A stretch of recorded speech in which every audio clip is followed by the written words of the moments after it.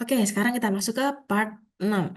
Nah, di part 6 ini kita akan belajar bagaimana karakter dan string direpresentasikan. Ini part terakhir ya. Jadi, well done yang udah belajar sejauh ini. Kita sampai ke part terakhir. Di slide ini, kita akan membahas bagaimana karakter disimpan dalam komputer. Ketika kita punya huruf seperti A, B, C, A kecil, karakter satu, tanda tanya. Nah, itu kan komputer tidak menyimpan huruf atau karakter itu semata-mata karakter itu kan. Karena komputer pada dasarnya hanya memahami data biner, nol dan satu. Seperti yang kita udah bahas sebelumnya kan. Nah, inilah alasan kita butuh standar kode karakter. Nah, tipe yang dominan itu ada dua. Yang pertama, ASCII atau American Standard Code for Information Interchange. Nah, ini tuh standar untuk proses transfer informasi antar komputer. Nah, yang kedua ada ABCDIC atau Extend Binary Code Decimal Interchange Code. Nah, ABCDIC ini secara internal, sedangkan ASCII itu secara eksternal. Maksudnya apa sih?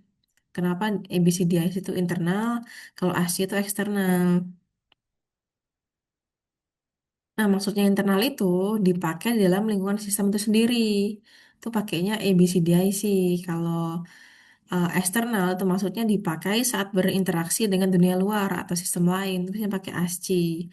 Kenapa? Karena ASCII itu lebih umum dan lebih diterima luas untuk pertukaran data secara eksternal. Seperti itu. Nah, ASCII itu 7 bit per code. Artinya, setiap karakter ASCII pada dasarnya direpresentasikan dengan 7 bit. Nah, berarti kalau dia 7 bit, ada 2 pangkat 7 kombinasi atau 128 kemungkinan kode. Nah, itu tuh cukup untuk mewakili huruf besar, huruf kecil, angka, tanda baca, dan lain-lain. Nah, tapi kenapa diimplementasikan dalam 8 bit? Nah, ini. Nah, walaupun ASCII pada dasarnya 7 bit, dalam praktik komputer biasanya disimpan dalam 8 bit atau 1 byte. Kenapa? Karena dalam komputer, satuan penyimpanan yang umum adalah 1 byte atau 8 bit. Jadi, walaupun ASCII hanya perlu 7 bit, komputer akan lebih praktis menyimpannya dalam 1 byte penuh. Nah, terus bit ke-8 itu dipakai buat apa? Nah, bit ke-8 itu bisa digunakan untuk beberapa hal. Contohnya, bit ke-8 bisa bernilai 0 atau bisa digunakan untuk flag yang berguna untuk mendefinisikan karakter set expansion atau bisa juga untuk error detection. Nah, itu untuk parity genap atau ganjil. Nah, seperti itu.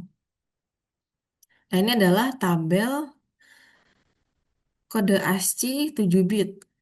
Nah, misal nih kita punya huruf A. Nah, dia bacanya itu 100 dari sini dulu, baru 0001. Seperti itu. Nah, ini maksudnya apa? 0 kali 41.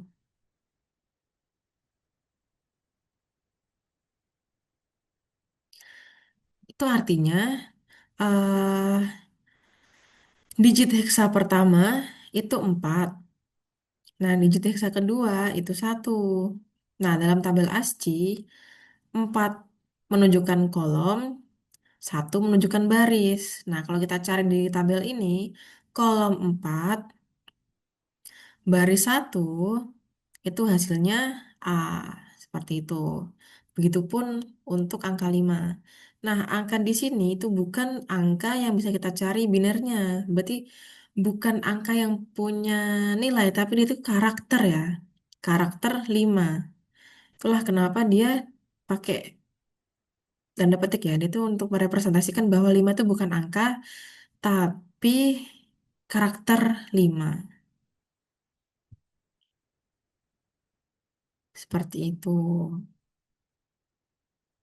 Jadi binarnya kan beda tuh. Nah, kalau ini kode ASCII untuk 8 bit. Apa bedanya ASCII 7 bit dan 8 bit? Nah, kalau ASCII 7 bit itu eh, kombinasinya kan 2 pangkat 7 yang tadi saya sudah bilang. Ini kan 128. Jadi kode yang tersedia itu ya dari 0 sampai 127. Kalau ASCII 8 bit itu jumlah kombinasinya jadi 248 atau 256.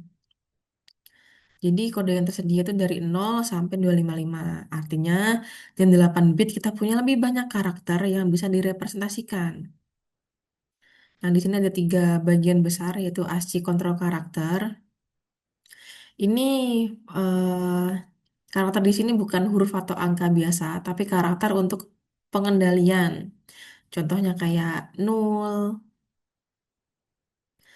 bel, atau BS sebagai backspace, dan lain-lain. Nah, kalau yang di tabel kedua ini, ASCII printable karakter. Ini contohnya nih, 32 itu spasi, 48 sampai 57 itu angka 0 sampai 9, dan lain-lain.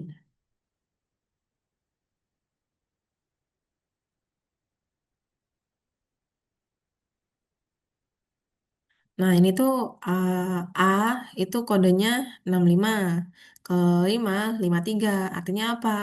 Huruf A disimpan sebagai kode angka 65. Nah, angka karakter 5 disimpan sebagai kode 53. Nah, perhatikan ya. Di sini karakter 5 itu kode aslinya 53. Sedangkan nilai numerik 5 sebagai bilangan itu hal yang berbeda. Yang kayak saya bilang tadi.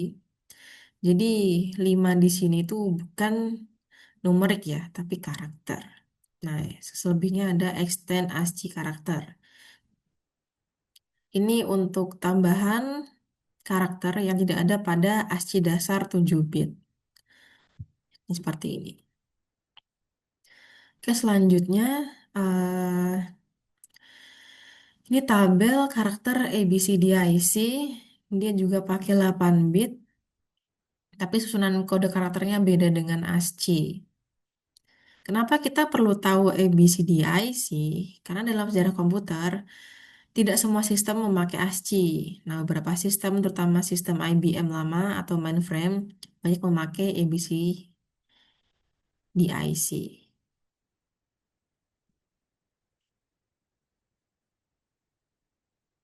Nah, ini contoh nih, kalau kita mau membaca huruf A, dia itu baris dulu baru kolom. Berarti 110 baru 000001. Jadi kalau digabung ya 11100001. Seperti itu. Nah, kemudian kita akan membahas bagaimana string direpresentasikan di bahasa C.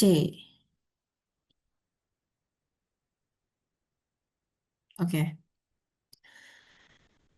Kalau kalian melihat teks seperti ini, 15213 ini, komputer tidak menyimpannya sebagai satu benda utuh bernama string gitu, tapi sebagai sekumpulan karakter yang disusun berurutan di memori. Oke, nah string di bahasa C ini dianggapnya array of character. Jadi di bahasa C, string bukan tipe data khusus seperti di beberapa bahasa lain. String sebenarnya hanyalah sekumpulan karakter yang disimpan berurutan. Misal nih karakter string 6, 1, 5, 2, 1, 3. Itu artinya S adalah array karakter, ukuran arraynya 6, isinya itu ya 1, 5, 2, 1, 3. Nah, kemudian satu karakter terakhir untuk penutup string. Jadi, string 1, 5, 2, 1, 3 itu bukan 5 angka sebagai bilangan, tapi sebagai 5 karakter. Ingat-ingat lagi ya, jadi kalau ini kan kita sedang membahas string ya, jadi kalau ngomongin angka ya berarti dia bukan sebagai numerik, tapi sebagai karakter. Nah, setiap karakter di-encode dalam ASCII. Artinya, karakter 1, 5, 2, 1, 3 ini masing-masing disimpan sebagai kode ASCII. Contoh nih, satu punya kode ASCII 0 kali 31. Nah, kalau 5, 35. Kalau 2 tuh 32. Kalau tadi kan satu sama kan, 31. Kalau 3 itu 33. Nah, string itu harus diakhiri dengan 0 atau terminator. Nilainya adalah 0x00. Ini buat apa? Agar komputer tahu string itu berhenti di sini. Karena di C, string tidak otomatis menyimpan panjangnya. Jadi, cara untuk mengetahui akhir string adalah dengan mencari karakter slash 0 gitu. Nah, ini juga menjawab kenapa char S6 ini ukurannya bukan 6 tapi cuma 5. Ya karena karakternya memang ada 5. Tapi perlu satu karakter tambahan untuk slash 0 ini. Ini totalnya 5 tambah 1, 6. Nah, ini juga ya perlu kalau 0 ini beda dengan slash 0. Kebalik ya saya. Bukan kayak gini. Slash 0. Nah, inilah karakter 0. Kalau 0 itu ASCII-nya 0x30. Tapi kalau slash 0 ini 0x00. Nah, seperti ini. Nah, ini kalau di slide ini 0 sama 0 ini beda ya. Yang dimaksud tuh 0, bukan 0. Nah, di sini dibilang kalau urutan byte itu bukan isu. Kenapa? Jadi gini-gini maksudnya. Untuk string ASCII biasa, setiap karakter hanya menempati satu byte. Contoh nih, satu tuh satu byte, 5 satu byte, 2 satu byte. Nah, karena masing-masing karakter hanya satu byte, maka eh, masalahnya big endian, little endian tuh tidak terlalu berpengaruh. Kenapa? Karena endian baru pengaruh atau baru penting kalau satu data terdiri dari beberapa byte. Misalnya integer 4 byte, long 8 byte, floating point multi byte, dan lain-lain. Nah, kalau karakter aslinya cuma punya satu byte, tidak ada urutan byte internal yang perlu dibalik. Jadi string ASCII relatif aman terhadap perbedaan endian. Nah, inilah kenapa di sini antara Linux Alpha S dan Sun S ini tulisnya sama. Karena nggak ngaruh gitu. Nah, ini juga text file secara umum platform independen. Maksudnya apa? File teks yang berisi karakter ASCII biasanya bisa dibaca di banyak sistem. Karena karakter-karakternya disimpan satu persatu di dalam byte-byte yang sama. Jadi, misal nih kalau ada teks seperti hello, umumnya kan terbaca seperti hello di banyak platform. Tapi ada pengecualian untuk konvensi yang beda. Nah, ini maksudnya kayak gini nih. Perbedaan tanda akhir baris, perbedaan encode, atau konvensi sistem tertentu. Jadi secara umum teks itu portable, tetapi tetap bisa ada detail implementasi yang berbeda gitu. Nah, udah dan yang sudah bertahan sampai ke part 6 ini sudah selesai. Ini pustakanya kita pakai yang ini ya, Rod Charles. Jadi bukunya pakai bahasa Inggris. Jadi mungkin kalau sekali formatnya agak beda sama yang bisa kita pakai di Indonesia, bisa kali sesuaikan.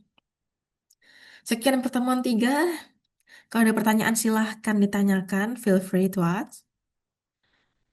Terima kasih karena sudah menonton sampai akhir. Ya sebenarnya ini pertemuan 3 ya harus ditonton loh ya. Setelah ini saya akan jelaskan tugas kalian yang pertama. Oke, sekian. Terima kasih. Assalamualaikum warahmatullahi wabarakatuh.